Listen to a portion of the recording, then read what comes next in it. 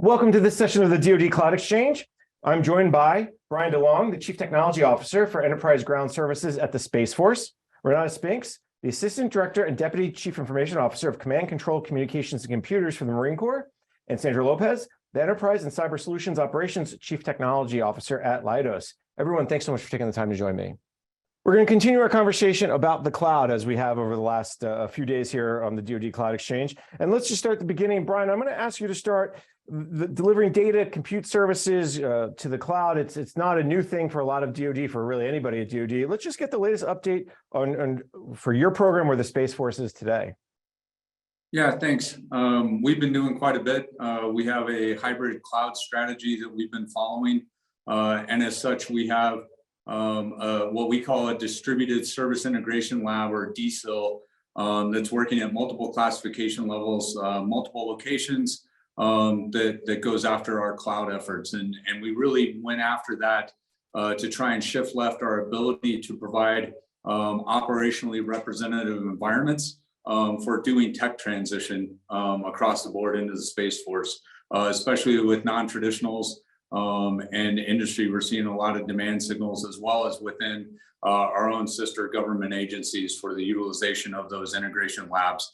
Integration of capabilities is really what we're going after to try and accelerate what I call the transition life cycle for capabilities across the board. One of the things when you talk about the multiple classification levels, we've heard that there's this kind of growing demand for the secret, top secret levels. Are you seeing the same thing? Are a lot of the folks you're working with coming in and going, oh, the unclass is great, but what can we do at secret and top secret? We're definitely seeing a lot of appetite across all the classification levels. And I think one of the big challenges that we see across the board is here at Enterprise Ground Services, we've actually taken the initiative to bring that down from the higher classification levels rather than work up from the unclass. And so we're bringing a lot of those really, really good secure practices and bringing those down to the unclassified level to actually go after that, and then build the I would call it pipeline of pipelines approach, distributed repo strategies to really go after that and scale that out across the enterprise so that we can maximize our reuse and leverage capabilities across all those classification levels where appropriate. There's a lot more to talk to. We'll come back around, I'm sure, to talk a little bit more about that, working top down instead of bottom up. I think that's a really interesting approach. Renata, let me come back to you about your cloud efforts. Last year, when you joined us for the DoD Cloud Exchange, the 2022 version, just to keep score, you talked about this idea of enclaves and reducing, I think it was something like 70 different enclaves, and now you're kind of you're getting down. Give us an update the last year. What have you done for me lately? What have we done for me lately? Let me tell you. So those domains have been consolidated. We do reserve the consolidation of things like our recruiting command. So we didn't consolidate there. Our educational areas, your .edus of the world. We also have a space where we can come into and make sure that training can be done. And that's sometimes you're using enclaves outside of the Department of Defense. That's how we keep our Marines trained, both civilian and active duty. So we took a little bit of a deliberate approach and not so much consolidated everything into one, but we made a strategic approach to understand what capabilities do we still need to keep ourselves commercially available, as well as still maintaining that tight knitted space that we need. Not only did we execute from that perspective, but we took an approach of understanding that hybrid environment. So not everything can be consolidated and moved to the cloud. And so, of course, that's where you get into the warfighting piece of it, and because we fight on the SIPRNet. You just heard my colleague talk about, going from a bottom-up approach to a top-down approach and making data available despite the classification levels. And so how do you do that when you look at impact level 5s and 6s and your infrastructure that needs to be put in place because you want to run encryptions and different things like that? So lots of thought went into how we manage our data. So we do have a service data officer right now within the Marine Corps. You look across the other services, they have chief data offices. We're pretty small compared to big Army and big Navy. So we have a service data officer, and he works with the services very closely, but he kind of looks at how are we tagging our data and how are we taking advantage of that powerful compute processes and storage for data but even more so, where are the opportunities where we can manage our data a little bit better, a little bit more efficiently, so that we can operate in a space despite the classification level. So we've matured in probably the perspective of what we think about consolidation of cloud. And we've probably, I would say, evolved into taking a more hybrid approach. And with that approach, our strategy shifted a little bit more to managing our data versus the enclaves. I think you make a really interesting point that everyone's going to be in this hybrid world, because there's certain things you just are never going to move to the commercial cloud, and that's fine. But other things that you do want to put in a more DoD centric, a private cloud, or however, yes, call whatever we're going to call data center these days. Yes. What is there a number you're going for? Hey, if we had 70 at one point, 20 is better, or 20 is really our ultimate. Do you have any thoughts around that? You know, we didn't really take a numbers approach. I think what we did was we took a compliance approach. We were light years ahead when from a Marine Corps perspective on migrating to the cloud. COVID-19 helped a lot, not from the health perspective, but just teaching us how we can better utilize our workforce and enable them. So migrating to the cloud in less than 6 months from 2016 Microsoft to O365 was unheard of. And so we were, I like to say, better lucky than good in that space. But what it made us not really look at is not really the right number, but probably the feature and capability that's needed. I think that's what we started to zone in on, because you can get so caught up into quantitative analysis instead of qualitative. And oftentimes you could be providing the warfighter with yet another thing, but it's not exactly what they need. I agree with you. So much times there's a lot of focus on this idea of, oh, we need, if we can get down to X, but there is always that other side of the coin that says, well, 70 is too many, we know that, and 1 is too little. So what's the happy medium? Sandra, let me turn to you from a Leidos perspective. As you work with clients and you hear from Renata and Brian, what's kind of, how does what they said kind of fit into what you're seeing with your clients and others in the public sector? So it's interesting. The question is very interesting. We're seeing that adoption of the cloud is really a cultural effort as much as it is a mission-driven imperative. So you're having to balance both needs as you are trying to move applications or data or whatever it is that you're trying to move to the cloud. From a cultural perspective, you see the Navy and Marine Corps taking a robust approach to moving things to the cloud, making sure that whatever they are engaging in from an on-prem revitalization and refurbishing to start actually looking at the right opportunities for moving things to the cloud, not just brushing everything, but actually picking, using a scalpel. What are the right things to move to the cloud to create the right outcomes? And we're seeing them furiously working on an approach that is so far very effective. And then you have the need for the tactical side, which is actually re-energizing while we look at the cloud. For the longest time, the cloud was, for the big things that are unclassified, that might be of generic enterprise use and value. Now we're starting to see mission-specific needs moving to being hosted in the cloud and being availed with the capabilities of the cloud. And that is a change, complete change for the warfighter. They're going to find speed. They're going to find fun in what they're doing.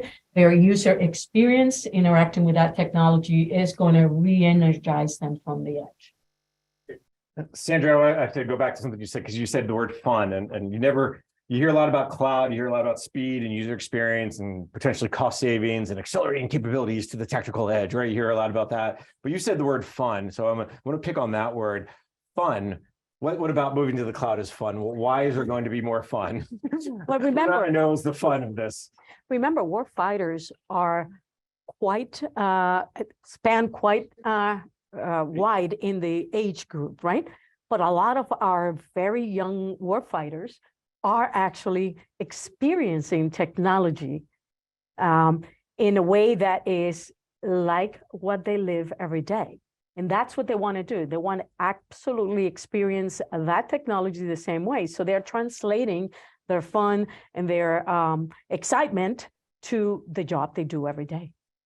I think that's actually a great point, because what we're seeing with the younger generation, and as an old person now, I'll say I don't really love talking about the younger generation, but there is something about that recruitment and retention and making it, we'll use the word fun for you.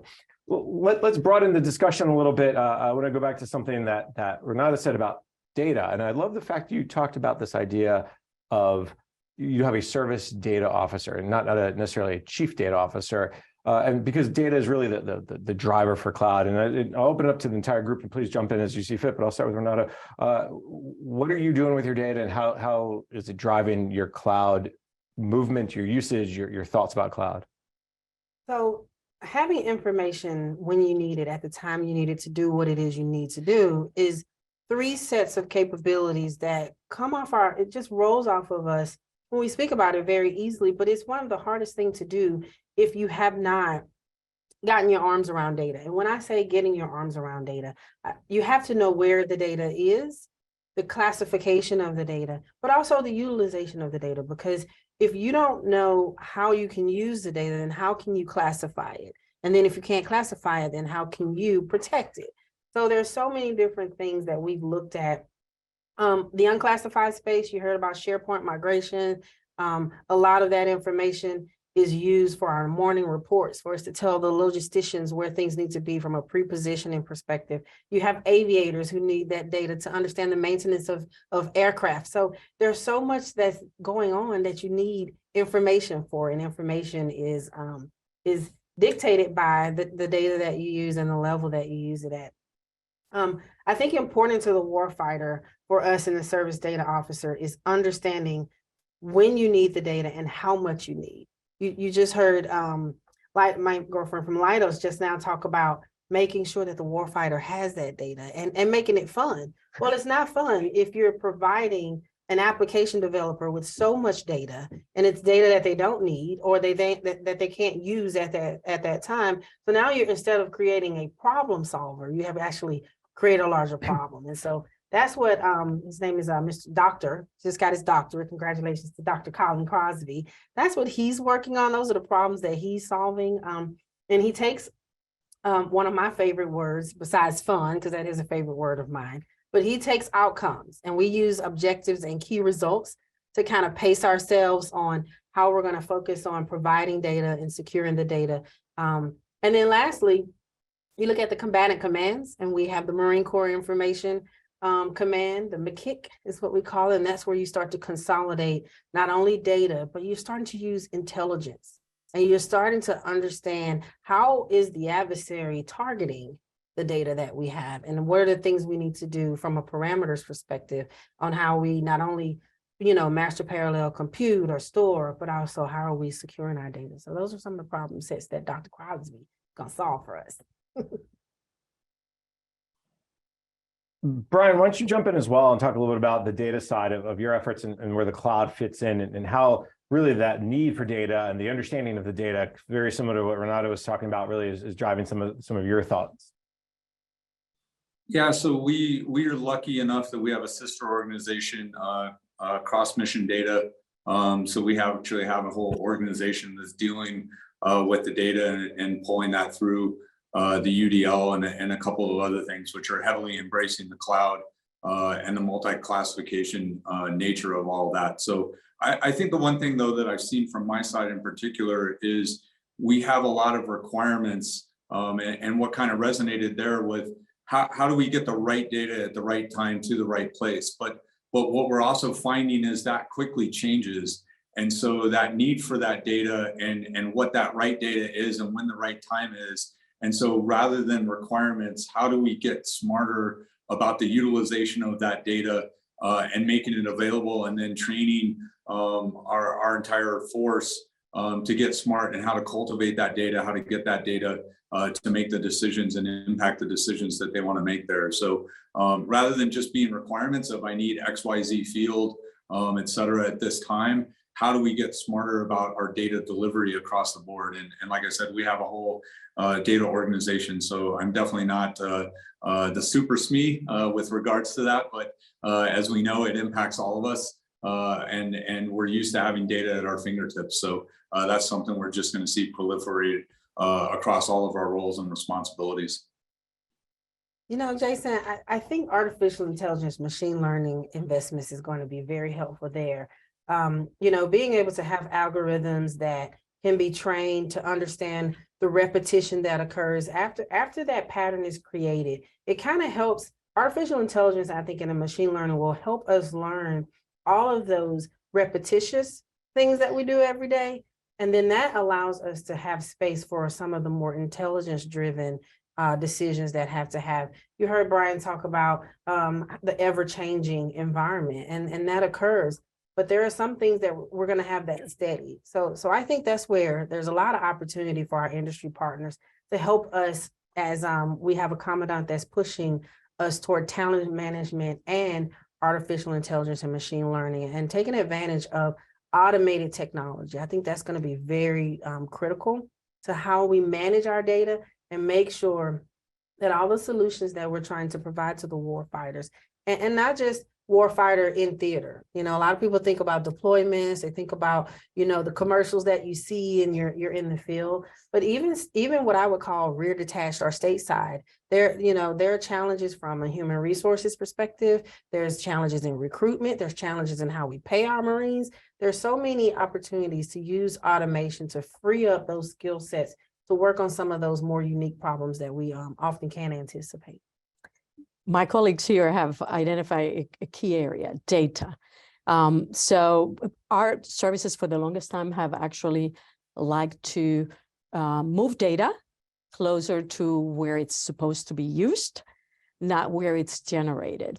And so when she talks about artificial intelligence and machine learning, if we can start applying that technology closer to where the data is generated, then we don't have to move all the data upstream. We just have to take the outcomes of that analysis and feed it for insight and higher insight, and making sure that we inventory the data properly, that we attach it to the right domain for ownership and authenticity.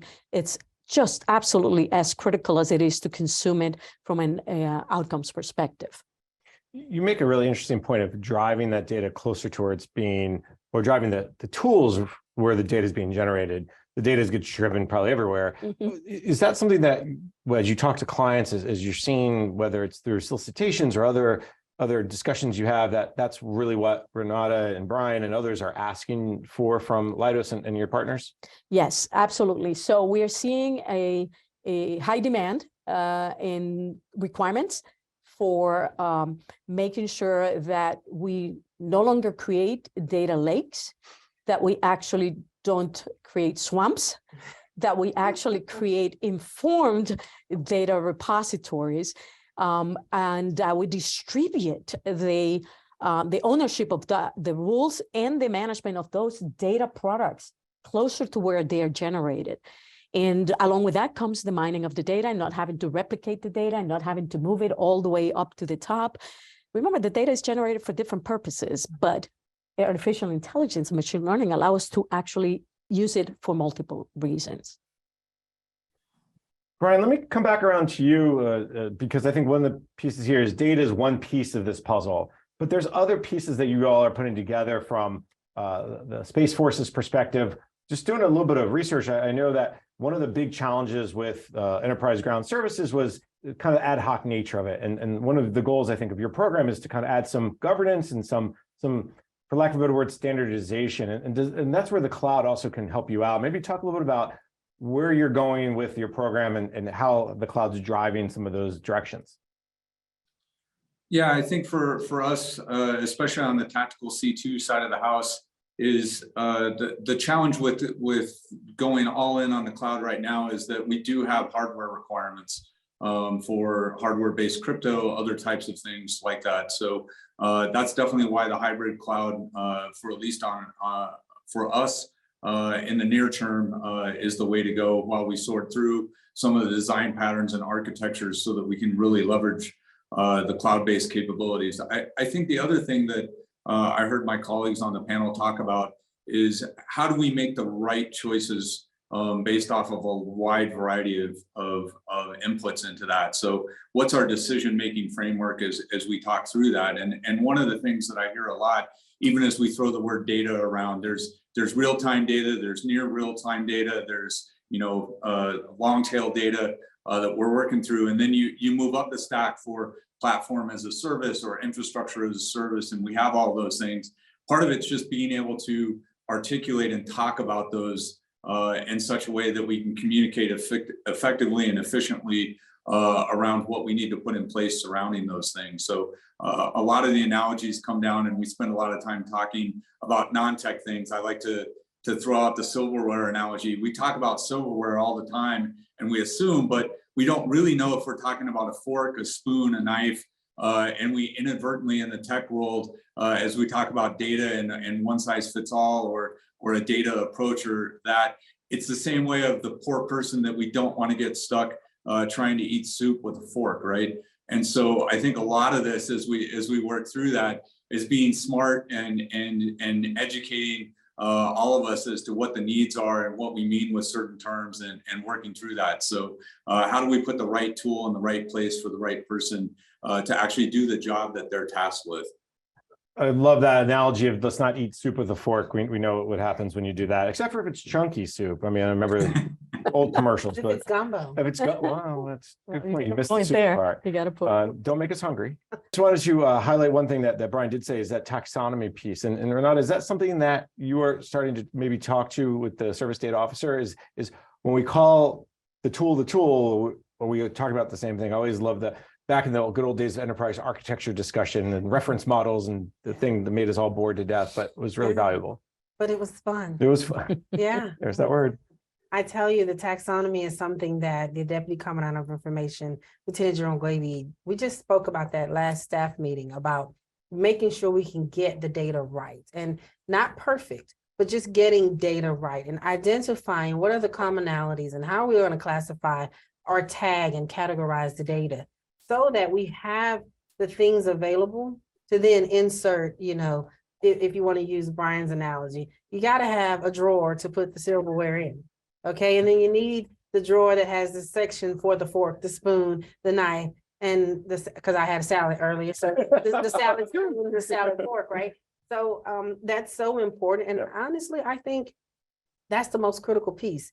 If you don't have a taxonomy that works for your users or your warfighter, then everything else is probably for naught, because that is your it's a limitation. And so that's something that the Marine Corps is definitely focusing on. We are grabbing resources from industry. Lots of research and development is out there on some taxonomies. In my prior life at the U.S. Treasury, I had a lot of time spent with the Enterprise Architecture Group and understanding how, the Office of Financial Research is all about data. So spending 4 to 5 years with industry within the Office of Financial Research and U.S. Treasury, figuring out those taxonomies has been a valuable space for me as I start to understand these are our blind spots, and we don't have to try to recreate the wheel. There's so many models out there. The National Security Agency has some models that we could take a look at. So that's where we lean on people to my left here to, kind of help us decipher what's the best taxonomy that we can use, and what's the approach, recognizing it will not be, like Brian said, it is not a one size fits all. You look at the Pacific, their solutioning sets, the categorization will probably be the same from a social security number or a name and idea. But when you start to think about the regions, and you start to think about the fires and how the targeting is, it's very different in Japan than it is at Camp Lejeune. Mm-hmm. And so we have to make sure we're still considering that. And so if I can add, there's the aspect of governance. There's certain governance rules that are going to come from the enterprise. There's certain governance rules that are going to come closer to where the fight takes place. That has to be amalgamated in order to produce enough rules that people can actually generate their data products in a way that conforms to the taxonomy. The data is normalized so that it can be consumed, so that it can be used for the purposes of insight and intelligence. Mm-hmm. Very recently, someone brought to my attention that everything is not about intelligence. It's about insights. And so I think to a large extent, they're going to have to walk a very tight rope in harmonizing the enterprise needs with the warfighter needs, and find a common set of rules that applies from a data governance perspective. I tell you, that's something that you hear about McSend 2030 and us moving this into Marine Corps Enterprise Network and utilizing it in exercises is now where we take those enterprise capabilities and say, okay, what part of the enterprise can we utilize where we would say at the edge or in a contested environment? And that's something that the Marine Corps is working diligently on. We have about 3 or 4 exercises where that's being tested. And the reason that's being tested is because it lends to, what Sandra was saying, how do you harmonize that? What's the unique balance? And I like to say, from my deployment days, you have to be ready to pivot consistently. What you thought was true 90 days ago is probably not true today. So how do you pivot and harmonize with the data and allow that symphony to occur without losing capability? One of the things as we've been talking throughout our conversation and the data and where we are today with cloud is all this is leading down a path of what's the future look like. So Brian, let me throw it to you to start this part of the discussion is where are you heading? What are some of the short and long and medium term goals that the Space Force and Enterprise Ground Services you're aiming to complete, whether in 2023 or beyond? Yeah, pretty excited about what the future holds there as we continue on our hybrid cloud journey, really adding what I've called multi-cloud, going back to our silverware and being able to talk about the things we have in our drawer. So from a multi-cloud perspective, how do we get more than one government community cloud under our belt so that we can make the right choices to put the right workloads in the right locations with the right connectivity to go after that. And so shortly after that, if we do that right, we're working on workload mobility, which allows us to move and migrate our workloads. I'm going to say easily. That's a trap always, but easily between those environments. So back to our discussions around data, back to our discussions around environment and things changing, we're going to make the right decision with the right information that we have at the time, but we all know how quickly that's changing and accelerating. So even though we make the right hosting choice at that time, very quickly that hosting choice may pivot or may change, whether it's risk posture, whether it's pricing, whether it's classification upgrade, declassification, those types of things across the board, so that we can pivot that and move that workload to the right location so that we can get the most out of it. So probably over the next 12, 18 months, a lot of our focus is on that multi-cloud and workload mobility aspects. One of the things you said that I just want to maybe hit upon is the idea of the multi-cloud. And because clouds, each kind of instance is different, right? If you use X, that's different than Y, and for good reason. Is that one of the reasons why you're trying to say we need this multi-cloud approach? Not just because it's good business, because it makes sense, because you don't put all your eggs in one basket, but because the capabilities can be so different among different providers. The capabilities can be different. Multi-classification just compounds that, and that's not something that you really have to deal with coming from my commercial industry background. So trying to figure that out as well. And then just watching the maturation rate of the capabilities offered by the different cloud providers at the different classifications. So we try to make the best decisions we can, but that whole landscape is evolving very quickly. So how do we make the right choices, but then give us that mobility? I think the other piece that we're thinking through and changes when you start to see IT as part of the weapon system or the weapon system is what do we do if that capability is trying to be denied? And it's not that things won't come back, but our assurance that we have access to the capability when we need it is key. And so we may be trading a little bit of what I would say upfront velocity for long-term velocity or velocity when it matters to make sure that we have access to that capability is key. And so a lot of those choices may seem to be a little slow up front, but they give us a lot more speed when it really matters. One of the other analogies I like to go to is paired programming. If you just look at that up front, you're like, man, that seems really slow. We're doubling up every person looking at the code, working on the code. That's true until you want to grow at scale and fission your team. And if you're going to fission your team, you take your paired programmers, you split them, you add 2 people to that. Now you have 4 people that are up to speed working on a problem. You fission them, you're at 8. If you never fission somebody, it's probably not taking the true benefit of that design pattern and that capability. But if you do fission, it's one of the only ways that you can truly scale a team and get shared consciousness and move after something. So knowing the why something is done and then leveraging it at the appropriate time is really key as we want to move forward and capitalize on what we have available to us. I think Brian makes a great point of some of the things the Marine Corps is doing. And what I heard him talk about was talent management.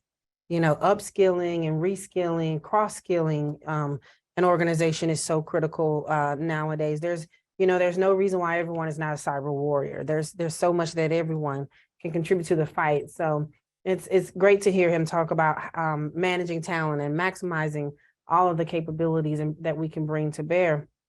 Some of the things that the Marine Corps is also looking at these next 18 months, besides the talent management and talent management, not just on our civilian workforce, but also within the Marine Corps, as we have a recruitment effort for active duty Marines. And, people have heard about the 17XX cyber MOSs and the contracts that are available there. But not just in the cyber space, but also just across the board, embedding technology and just foundational cybersecurity, making it part of Sandra's word, culture, making it part of the culture. And so that is an area that we're spending a lot of time on. The Commandant just released Talent Management 2030, a secondary document. I think it actually came out this morning, if my memory serves me correctly. But we're also taking a look at how we manage our forces from a zero trust perspective. A lot of those capabilities that you turn the TV on, or you Google IT capabilities or mandates. If you Google mandates, the first thing you see is zero trust, right? And so sometimes we can get a little diluted with the word zero trust, but I try not to be complacent with the word zero trust. I try to make sure that we understand there's still a way we have to manage identities. There's still a necessity of metrics and measuring success and being able to allow data to help us make decisions. So investing in identity, credential, and access management is key. It is the holy grail because, and if you don't believe me, ask the adversary. Most times that you don't see an adversary trying to infiltrate metrics, right? You don't see that. Right. Why not? It's not fun. That's why it's not fun. But they definitely want to come after credentials. They definitely want to, take on your identity and move laterally and bilaterally across your network. So identity and credential access management at the enterprise is something the Marine Corps is looking at and taking action on. Forcing mechanism was moving to the cloud. You can no longer try to manage multiple identities or without federating because of the necessity of the mission threads. Everyone's not taking advantage of O365 100% of the time. Sometimes you can take a look at things that they need to have access, and you have to control that. Everyone cannot be just grouped into the entire pool of expertise and access. And then lastly, but most importantly, is taking advantage of all the authorities and coupling the different authorities that we have. And that's when I start talking about operationally. How do you operationalize the data that you're accessing? And then make sure that you can respond and have your network as resilient as possible. So you hear the Marine Corps talk, and the Department of Navy actually talk about cyber readiness. And so that's how we would like our applications and our information environment to be so resilient that instead of a checkbox on our authorities to operate and risk management implementation, instead of doing so on a checklist, which I am all about governance and I'm all about compliance, but I'm also all about operationalizing the need to be compliant. So while we're checking the boxes and saying, yes, I'm compliant, I need you to be able to sustain that compliance. And I'm gonna base that on your readiness instead of just compliant when you're applying for the authority to operate. you get your authority to operate, and the discipline stops there. And so what readiness does is it invokes a little bit of discipline. So those are three areas that we in the Marine Corps and Department of Navy are focusing on. You bring up the cyber readiness issue. It's something that I know we've talked to you about in the past, and something that the Department of Navy is really focused on. Is that kind of driving some of the cloud usage as well, in the sense of you had this plan, you have this strategy in place, and we know you need better roles, responsibilities around ICAM. Is that all kind of being driven by, obviously they need to be more secure, but because you're moving too much, you're becoming this almost decentralized approach to compute and storage and the like? I would like to say that is the reason, but I think cyber first. I think that we just have such a vicious and sophisticated adversary that whether you're using on-premises capabilities or the commercial cloud or gov cloud, you can't get around increasing your resiliency from a readiness perspective. That means continuous monitoring has to be put in place. We've been talking about continuous monitoring since 2012. Comply to connect. Right, and comply to connect. We've been talking about it, and Congress has been beating us down and providing us with capabilities, and it's just been so difficult to produce or to, I would say, deploy those types of capabilities because, again, just like when we say zero trust, or when we say, have the data at the time you need it, when you need it for the decisions, it's very easy to say, but it is critical, and it's complicated and complex to implement, especially when you have federal acquisition regulations to think about. You have contracts that are already in place that were based on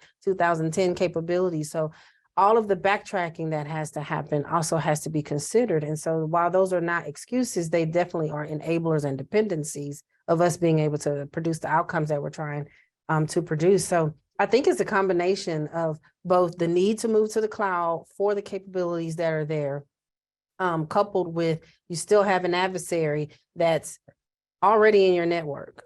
If you don't think that, then we're all delusional and we should probably stop today and do something different. But they're already in your network. For newer capabilities, how can we develop applications and capability and deploy with security in mind? And you do that through that task force, task organized approach. So you hear us talk a lot about task force modernization and task groups. And that's how we get after it. And those cybersecurity personnel, our defensive cyber operations teams, they are in the room with our capabilities development teams. And they are almost giving aha moments. They're saying things like, hey, well, I know you want to enable that function, but let's think about this together. And then we start to see synchronizations of how we can better deploy. So I think the forcing mechanism is both the need to move to the cloud and also a vicious adversary that's resident. So I'm so glad you set me up for this one. So on one side, you see the need to be more efficient. On the other side, you need to be a little less trusting. Yes. And so you have zero trust as your next journey. As you move to the cloud, you're re-homing your applications. You are rethinking how you protect the data. It's not protecting just the application, it's the data. That's your most important asset. And so Leidos is investing quite substantially in that next generation integrated data platform, where we support cyber and we support cybersecurity with zero trust and AI ops. Talk about those areas where we are automating. So our thinking is that if we can start that journey and mature that journey towards zero trust, you are inherently creating the proper environment for that data to be protected properly. Yeah, I hear the inherit, and I think that's what gives you that continuous monitoring capability.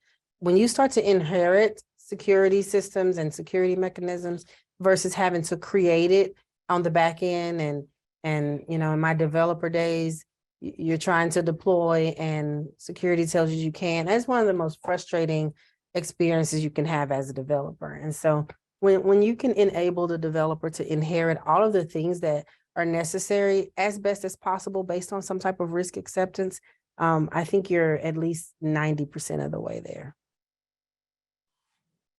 Brian, that's also obviously where the automation comes in. We talk a lot about DevSecOps and those platforms. Is that something that security automation, that inheritance, is that something you all also have been spending some time focused on?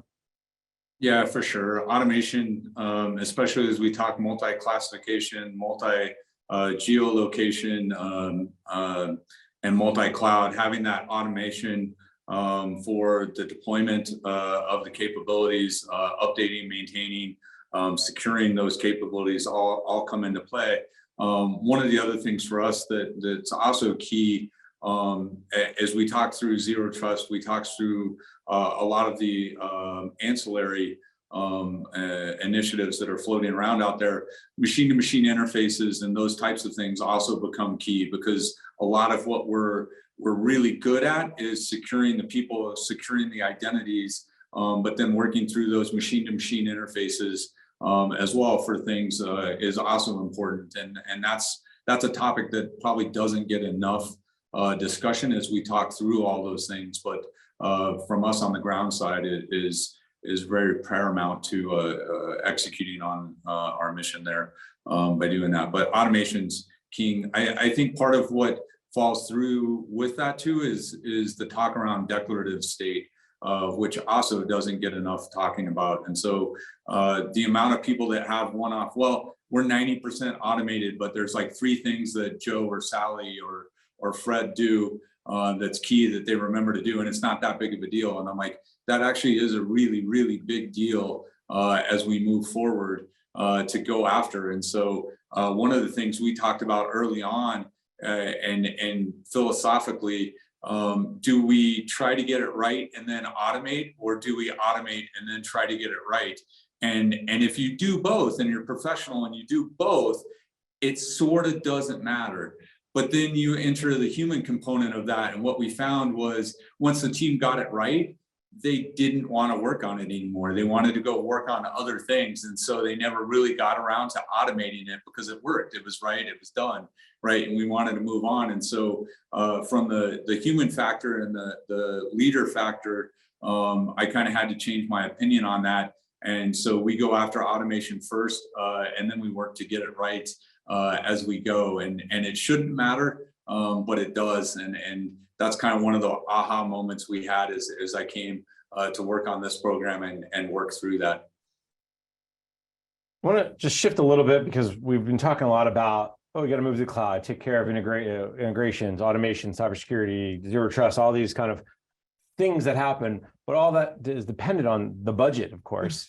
And some will say, well, Renata and Brian, you have enough money. You're in the DoD. There's always plenty of money. We know that's never the case, but it's nice to hear, I guess. So let's talk about how you're dealing with that budget question and how you're finding that right balance, because it's a perennial challenge, not just for DoD, but for every agency.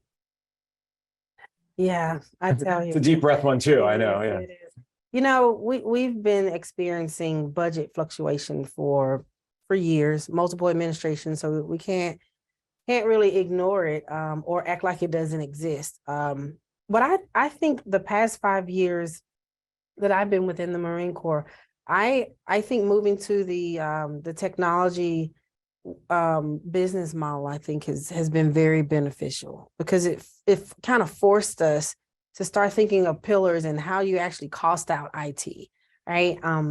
It also started to feed how we execute contracts, right? So you have your IDIQs and you have your 1 year and 2 year OTAs and different things like that. So there's a lot of options in the acquisition space that I think we can take advantage of with the budget that we have. So that's one thing. Using acquisition in a more lean manner and leaning out the organization as best as possible.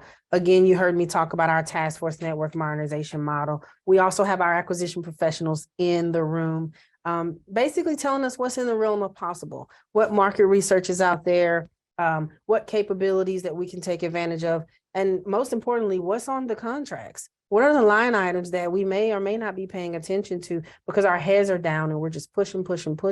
And we may be passing up capabilities that already exist that we feel like, oh, we need another contract for that, right? And so that's strategically. Financially, I think what I've seen within the Marine Corps is engaging more with not just industry, but engaging more with, those different RFIs or requests for information that comes from Congress and staffers, and being able to intelligently communicate the challenges that we're facing. Being informed on the NDAA and the National Defense Strategies and appropriations. I think all of that is critical to be more efficient spenders of the budget that we have. So my grandmother would tell me, stop complaining about what you don't have and do something efficient with what you do have. So I take that to heart when I come into the workspace and think about our fiscal responsibility. And so if we had a Brinks truck, it would be wonderful. Let me be clear when I say that. It would be excellent if we could just, go shopping through the IT mall and have all these great capabilities, but that's just not the reality. And so I think being able to articulate the results and outcomes that we're looking for, being able to govern ourselves accordingly and being informed on what the national defense strategies and even what our counterparts outside the Department of Defense are investing in. It all comes down to, can we be more efficient so that we can maximize and get a larger return of investment? And then I think lastly is how we execute within the space. If you look at industry standards, they're becoming more and more agile, and they're leaning into how you produce and deploy capabilities to your network. And so incremental success is what we like to look at in the Marine Corps, especially when it comes to the information environment. Trying to just eat the entire elephant is what they say. You can't eat the elephant, right? But you can take chunks and chunks and chunks and get better and better. And by the time you start to deploy certain, I would say features or capabilities, it also gives you an opportunity to pivot. So again, my favorite word is efficient. We have to be as efficient as we can with the dollars that we have, because there's the Brinks truck it does exist. It's just not pulling up to the Pentagon for Marine Corps. So probably not pulling up to the Space Force either. Brian, we have just a few minutes left. Let me just offer that same, how are you kind of balancing that need versus budget? Yeah, it's as we've heard and as we've all dealt with that's just something we all continually juggle from there. A lot of what we just heard really resonates. Efficiency is key. I think the other piece that we have is how are we aware and also creating awareness amongst each other of the capabilities that we have and how those can be leveraged. So how do we cross-pollinate innovation or contracts or those types of things across the board? I think the other piece that we're leveraging to try to go after that, and it's a bigger education challenge than I would have thought initially, is going after consumption-based models, whether that be hardware as a service, whether that be professional services, and being super smart there on getting all of those things together. Because a lot of times it's the ancillary capabilities that come along with just purchasing the license or just purchasing the initial capability where you actually get that efficiency. And then how do we act as an enterprise? Like a lot of what we're seeing is siloed. And so how do we get economies of scale with our purchasing and with our bulk purchasing power across the board? So can we set up an enterprise cloud hosting office and those types of things to go after that without going back to the things we discussed earlier on the show of an extra large t-shirt for everybody, right? Because nobody wants to buy in and nobody's going to partner if they're going to get a shirt that they're never going to wear and they're embarrassed about, right? So, but that efficiency is really what we have to go after, in my opinion, and agree with my panel colleagues on that one. Is probably the biggest thing that we can go after together to achieve that. And Brian, Sandra, Brian just stole my thunder. So my comment on that is, I don't think that we have expanded or opened up our aperture for as a service, as a consumption model. I think there's IT is IT, no matter whether it is one service branch or a different one, IT is IT. And I think that IT is at the point of maturity, and we just need a little trust from the service branches to trust built the outcomes properly in the contracts, and if you build the outputs, if you build the outcomes properly in the contracts, we will have a very resilient enterprise at the right price for you. I'm zero trust over Yeah. here. This stuff works on the commercial side. Yeah. There is no reason why it cannot work for defense. There is absolutely no reason for that. Yeah. Because the defense is a bunch of snowflakes and they're all different. You know that. Unless if you got one quick comment, otherwise we're pushing up against the clock. No, I Alright. think what you're talking about is just culture. And Culture. We definitely all have to commit to doing better in that space. All right. Well, through conversations like these, obviously, this is one step in that direction. But unfortunately, we don't have time for this session of the DoD Cloud Exchange. So let me thank my guests. Sandra Lopez is the Enterprise and Cyber Solutions Operations Chief Technology Officer at Leidos. Brian DeLong is the Chief Technology Officer for Enterprise Ground Services at the Space Force. And Renata Spinks is the Assistant Director and Deputy Chief Information Officer of Command, Control, Communications, and Computers for the Marine Corps. Everyone, thank you so much for taking the time today. Thank you. Thank you so much. Thank you. I'm Jason Miller, and you've been listening to Federal News Network. Now let me send you back to the studio for more from the DoD Cloud Exchange.